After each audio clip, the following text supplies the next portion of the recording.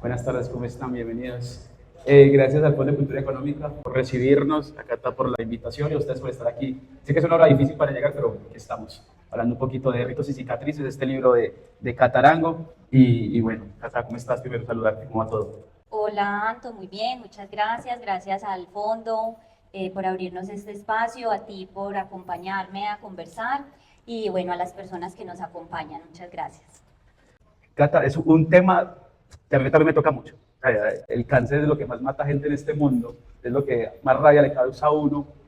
Y hay de todo tipo, de todos los tamaños, de todas las formas, con un montón de nombres.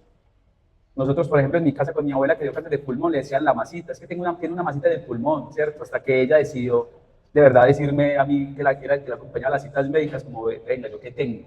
Pues porque los médicos suelen hablarle a uno unos términos que uno no entiende muchas veces, Sí. como CK7 positivo, no sé qué, que la albúmina, los tiempos de tromboplastina, y bueno, un montón de cosas que uno no entiende, y más una señora de 80 años. Entonces, ya se una vez en una consulta médica, me dice como, venga a mí, dígame yo qué tengo.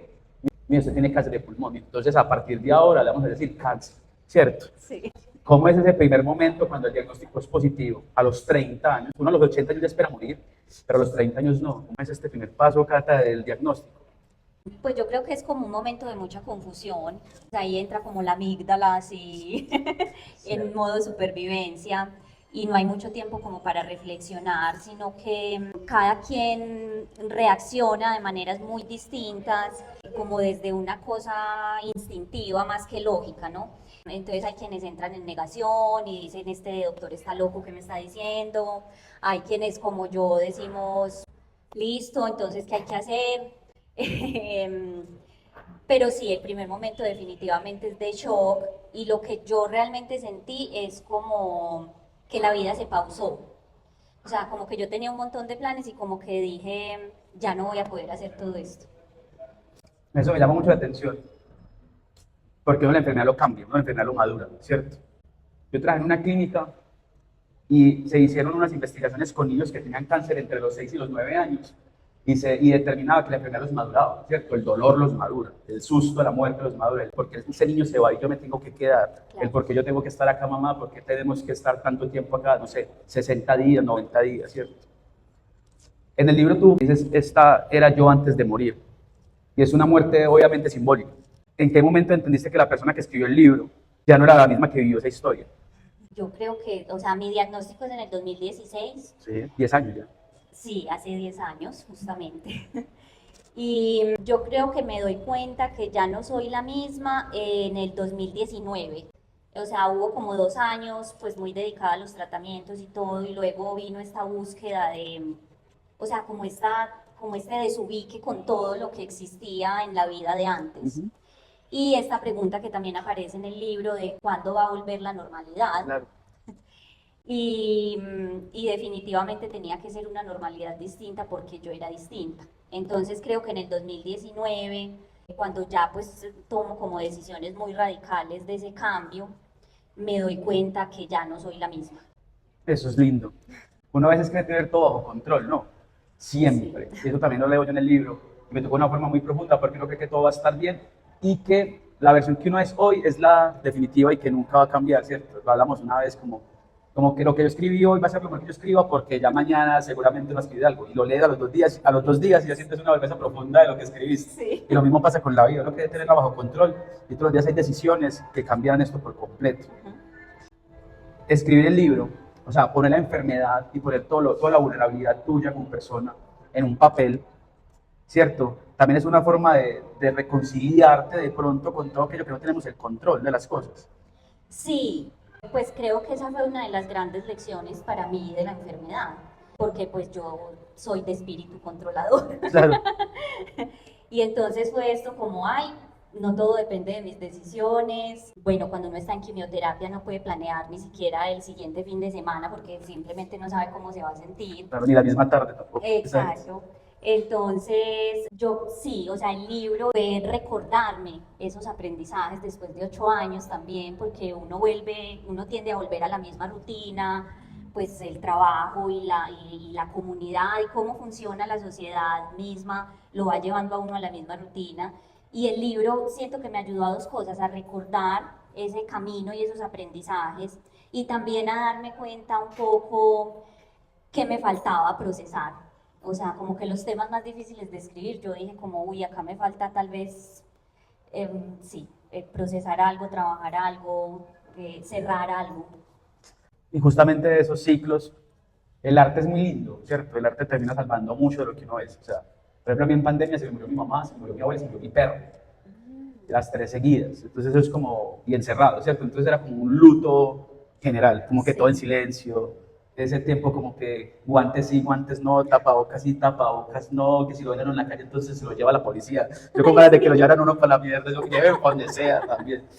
Y el arte terminó salvando todo. El cine, en mi caso, y la literatura, me encerré a leer y a leer y a leer y a leer. Y a ver el reporte diario de los contagiados. ¿Se acuerdan de esta Ay, imagen sí, sí, sí, diaria que sí. eran 200, 500, 16.000, 32.000? Vamos a morir todos. Se murió mi mamá, mi abuela, mi perro. Yo también seguramente me voy a morir. Y aparte mi perro se muere de pena moral. Es muy raro. Oh, Porque lo llamo desde el veterinario porque no quería ni comer ni nada. No, es que tiene pena moral. Y yo, entonces oh, también es durísimo sí. verlo morir por esto. Pero el arte terminó salvando mucho todos estos momentos. ¿Tú crees que la enfermedad te devolvió el arte? Porque el libro está lleno de arte por todos lados, hecho por ti, tanto las letras como las pinturas. ¿Que la enfermedad te devolvió el arte o el arte te salvó de la enfermedad? Porque son dos fórmulas diferentes de cómo llegar a la misma situación. ¿Crees que la enfermedad te devolvió el amor al arte y dijo, esta es tu salvación? ¿O el arte ya estaba ahí y te salvó de esos momentos tan oscuros? Ay, no, no sé, creo que las dos cosas. Yo creo que si no hubiera sucedido la enfermedad, yo no me habría reencontrado de la misma manera con el arte. Y pues, por ejemplo, el título de los primeros borradores de este libro se Mm, llamó, pues era Pinté para salvarme. Entonces también está esa idea de que yo sin la pintura mm. tal vez no habría logrado reconstruirme en muchos sentidos después de todo lo que pasó. Ahorita tocas el tema de la normalidad. ¿Sientes que después de haber pasado la enfermedad 10 años del diagnóstico, los días vuelven a ser normales? No,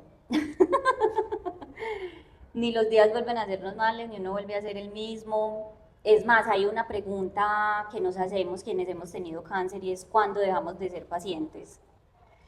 Es como el Porque alcohólico, ¿no? Cuando es alcohólico, no, sí, soy alcohólico para toda la vida, solo que no ejerzo. exacto. Entonces esa particularidad tiene el cáncer, pues yo todavía estoy en controles cada 6 meses, o sea, es que también un poco ese es el libro, ¿no? Que creemos que cuando entonces nos crece el pelo y terminamos la quimio ya, bienvenida otra vez al Y mundo y no, todo sigue igual. Y no, realmente es una condición, porque yo no estoy enferma en este momento, pero es una cosa que está ahí como presente, sigue presente de es un alguna manera. fantasma, ¿no? Sí, es como un Como un fantasma. exnovio ahí que está todo el tiempo. La enfermera la conozco muy bien y yo creo que por eso me encanta tanto estar en esta conversación, porque también fui cuidador, que también es un rol muy difícil, ¿cierto? El síndrome del familiar cansado, ese que tiene que pasar noches enteras de que espera algún relevo para poder ir a medio descansar porque uno no descansa. No sueña y con el pitido, con el sonido, la luz Sí, blanca todo el tiempo, que uno no logra descansar. Eso es un falso descanso. Trabajar en una clínica y luego ser familiar de un paciente es muy diferente. Y ahí uno se vuelve más empático con esto.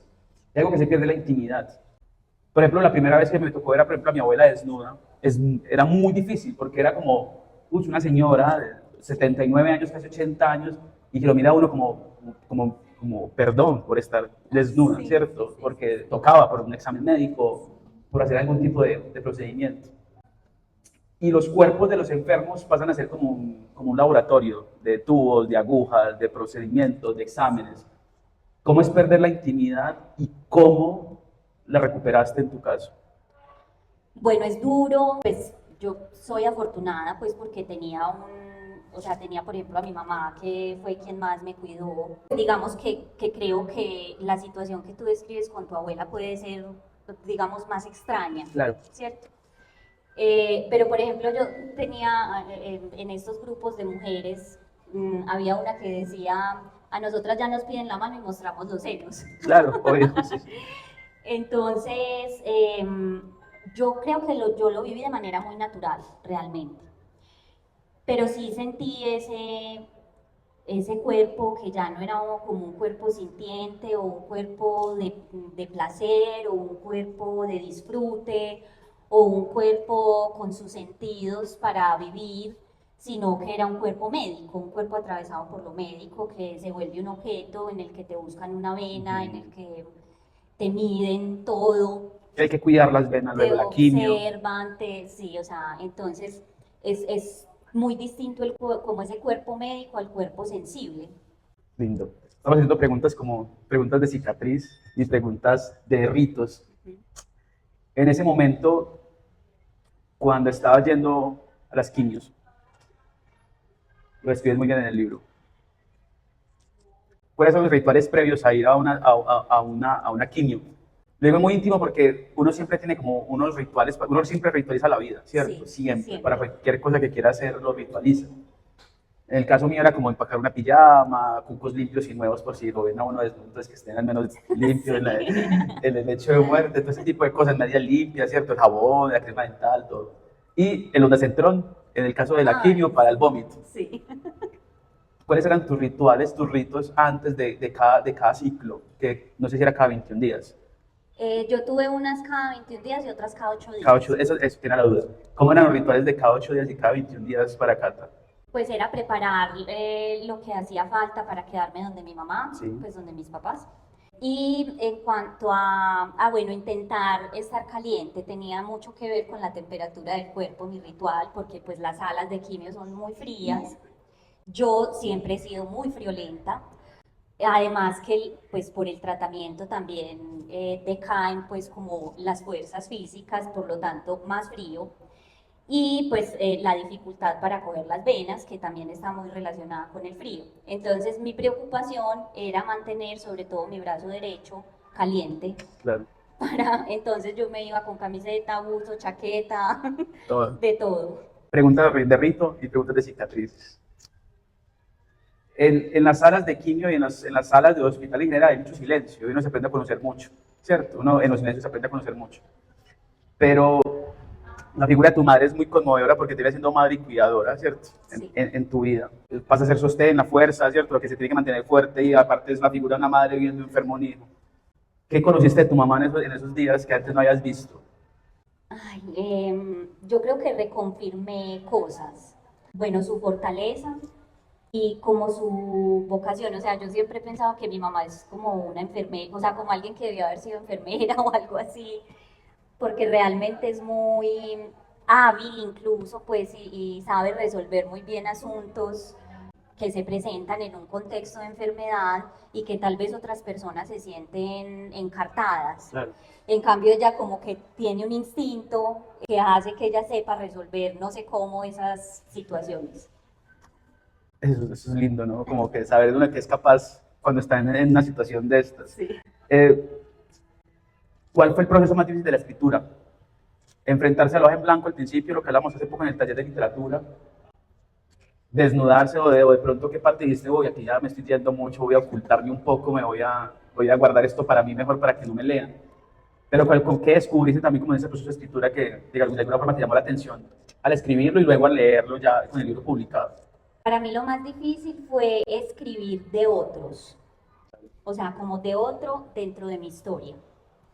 En el primer borrador incluso no aparecía, pues, porque yo hablo ahí pues de mi relación de pareja, y yo en el primer borrador pues pensé que la historia me iba a aguantar sin hablar de eso, porque no quería referirme como tan directamente a ese asunto, ni hablar tan directamente de esta persona, pero pues al leerlo dije, o sea, ya cuando iba a hacer el segundo borrador dije, tengo que hacerlo, pero Claro. ¿cómo voy a hacerlo?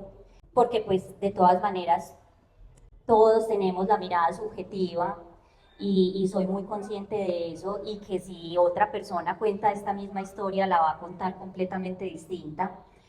Pero sí me costó mucho como, o sea, me sentí como mucho más medida en las palabras y en las escenas que quería contar ahí para no transgredir tampoco la historia del otro Claro.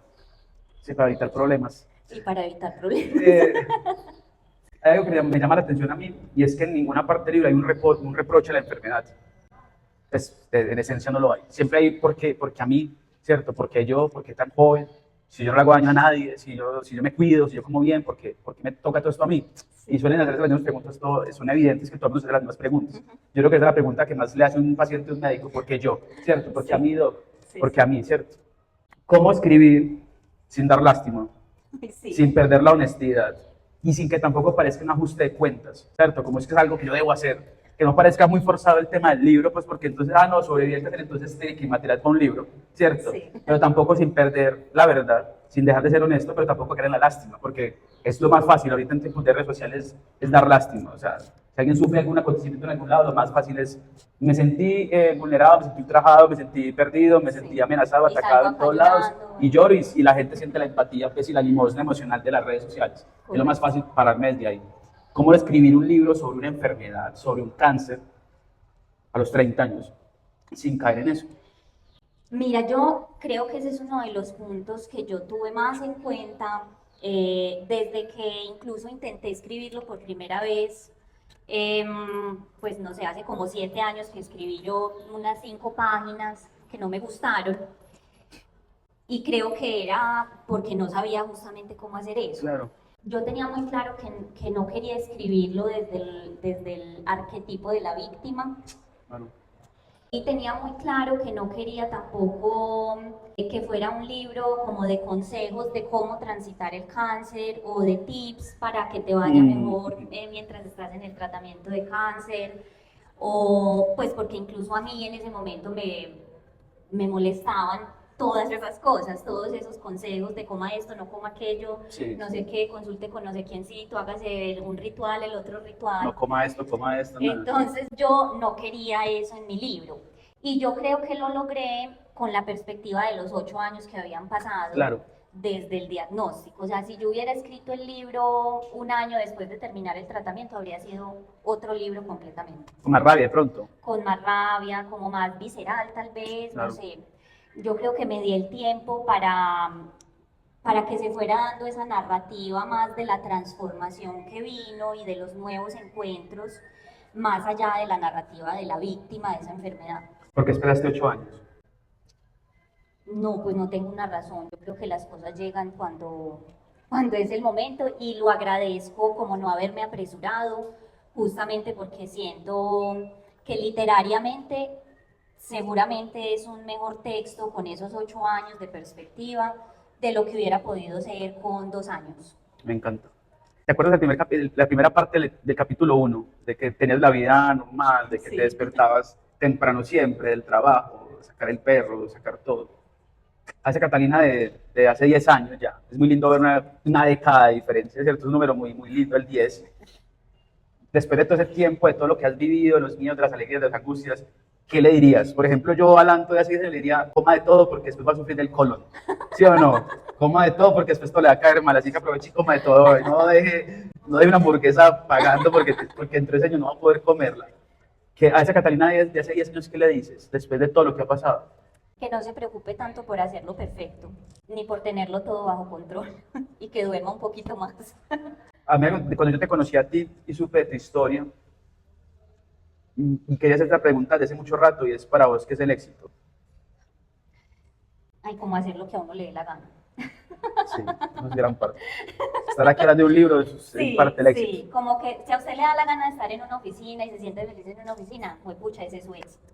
Pero si a usted le da la gana de estar en clases de baile, estar pintando, estar escribiendo, estar conversando, o sea, qué maravilla que pueda hacer eso si le da la gana de hacerlo.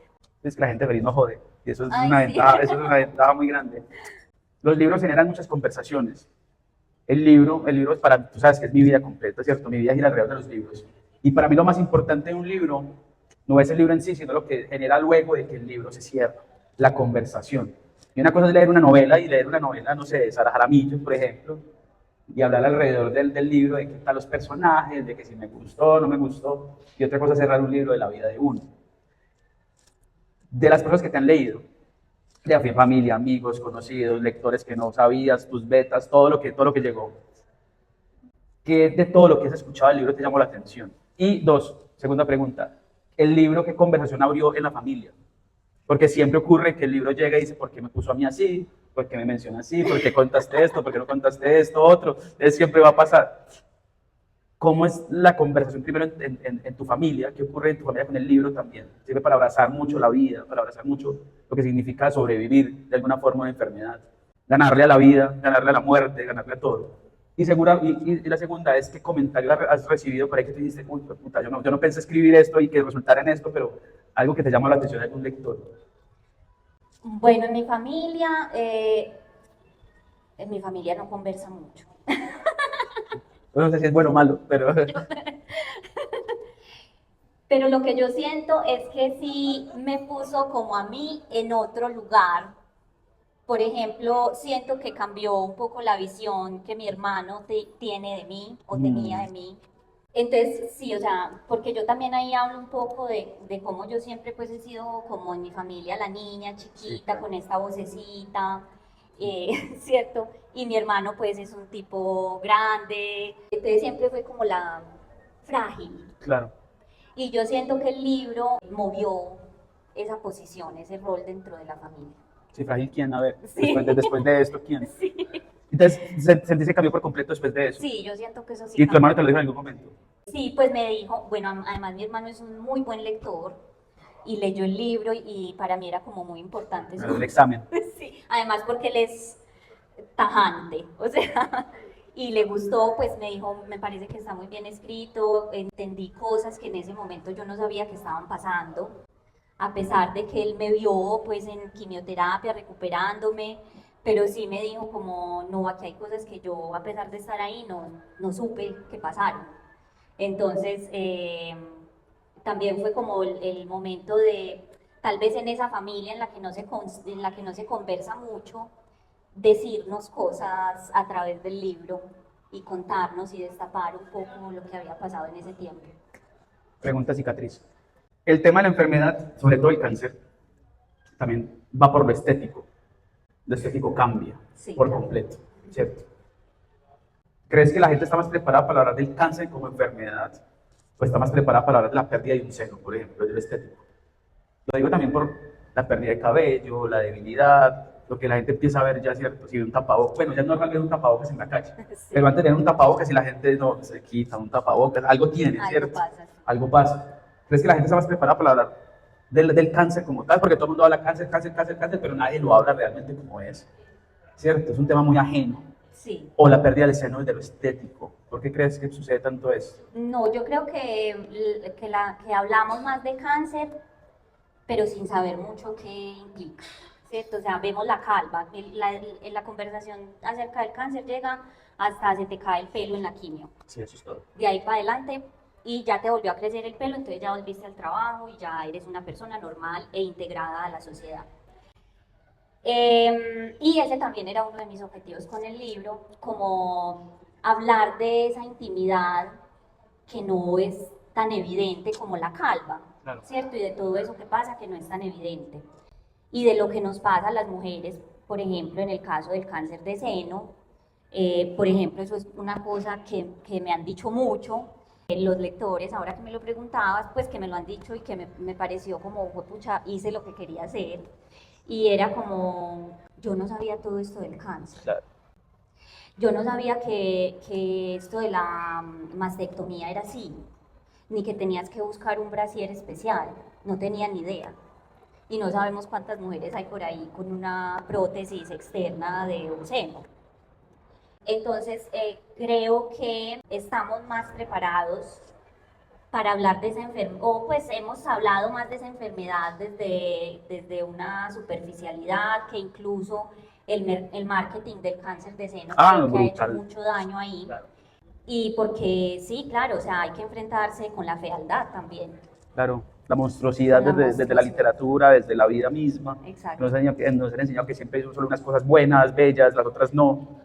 ¿Por qué crees lo del cáncer? Yo lo leí, lo pensé mucho cuando te estaba leyendo sobre el marketing del cáncer. No se habla del cáncer de colon, de estómago, no se habla de nada, se habla del cáncer de seno, cáncer de mama, el autoexamen y la leucemia.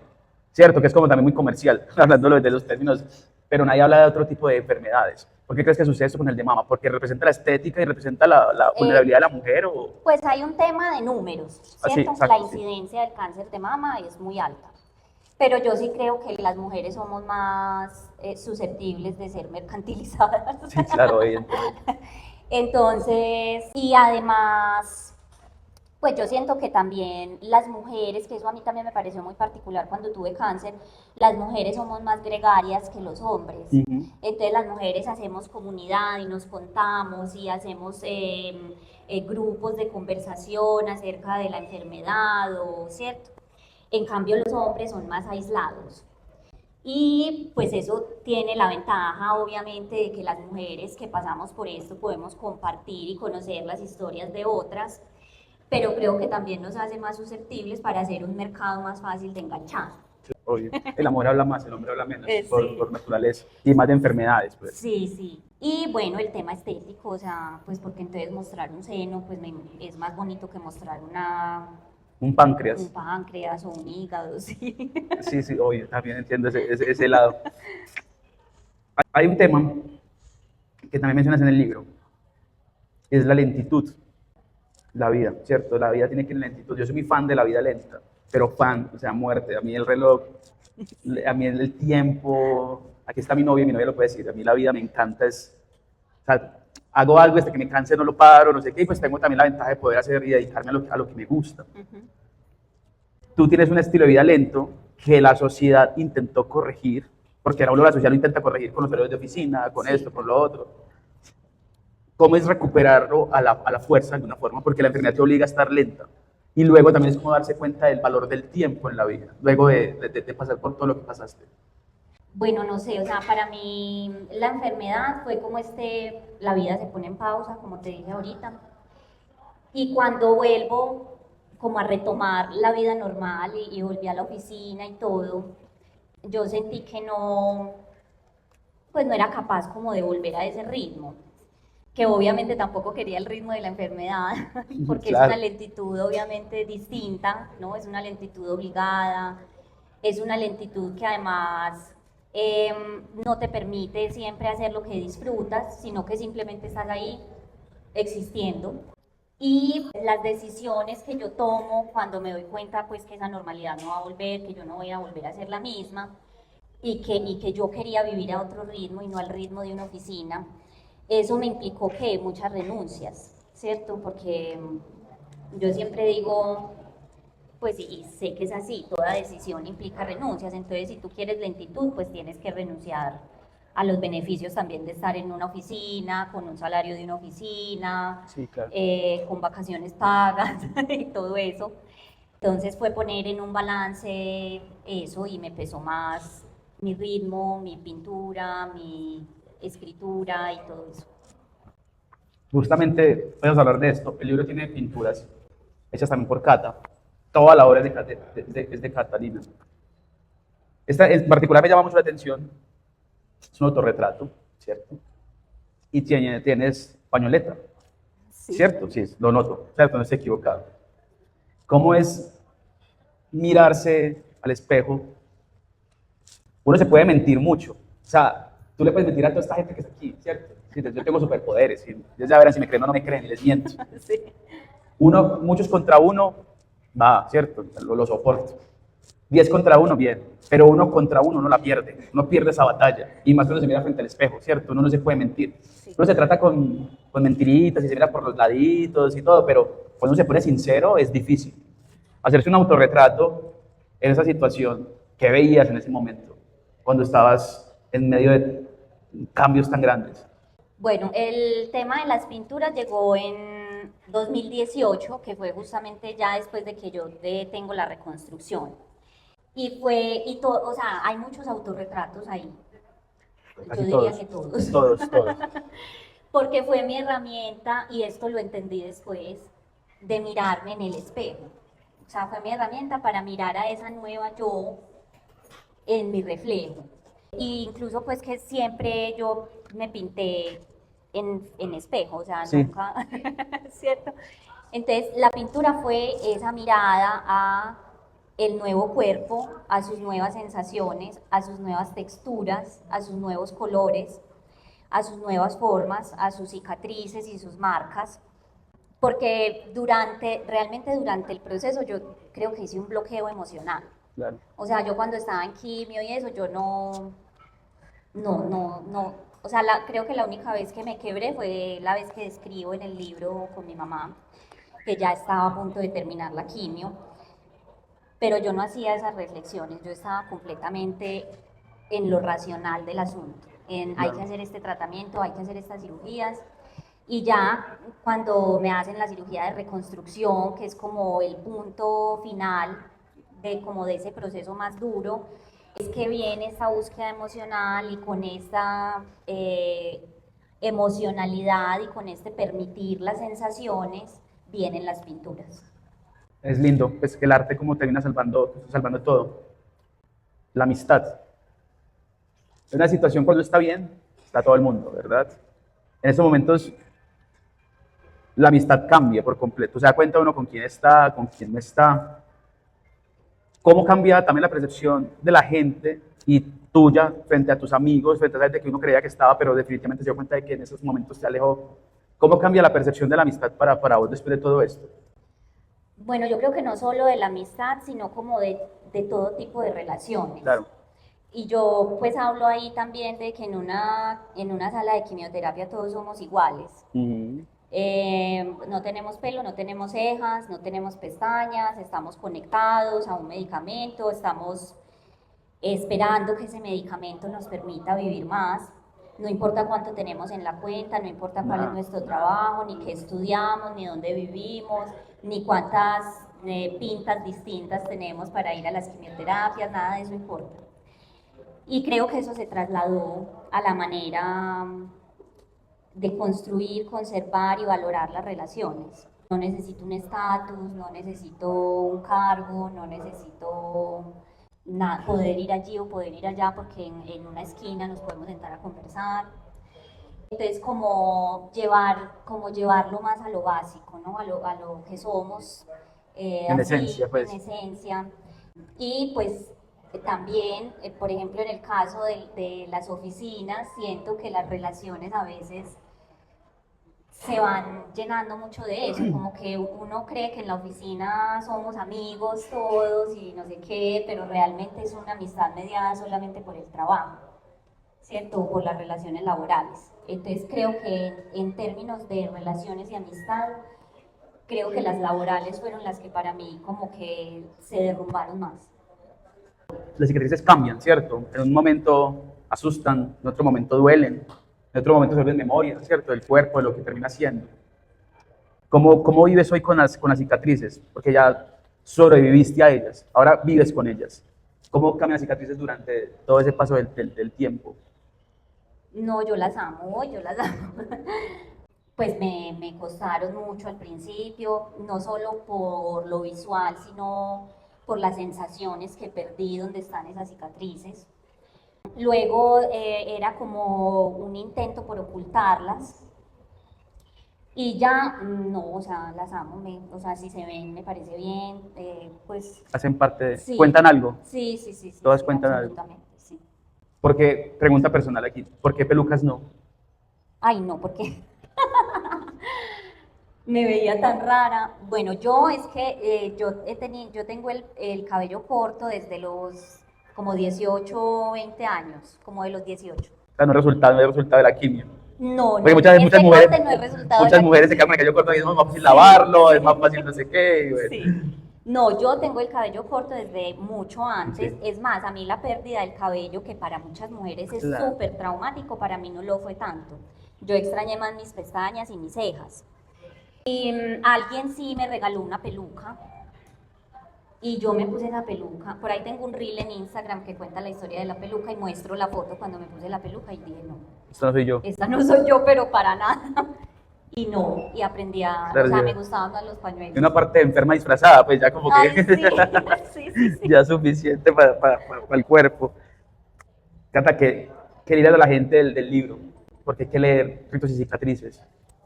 Bueno, Ritos y Cicatrices hay que leerlo porque a pesar de que habla del cáncer, no es un libro sobre el cáncer, Sí. sino que es un libro sobre aquellas oportunidades que nos da la vida para transformarnos y sobre la valentía que hay que tener para tomar decisiones que nos lleven a una vida con la que nos sintamos más coherentes. Es tu mamá, ¿cierto? Sí. Mamá de Catalina. Buenas tardes. Pregunta para usted también esta tarde. ¿Qué aprendió de Catalina durante todo este proceso?